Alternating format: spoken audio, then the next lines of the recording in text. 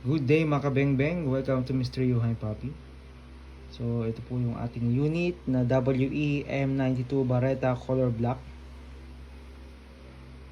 Yan. So DASF double action single fire. Yan, syempre may markings yan and logos, and also full metal construction. Yan po yung kanyang front and rear sight, naka-fix.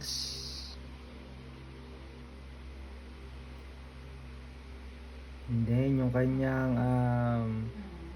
safety, ayan, sa slide, bandang rear slide, no?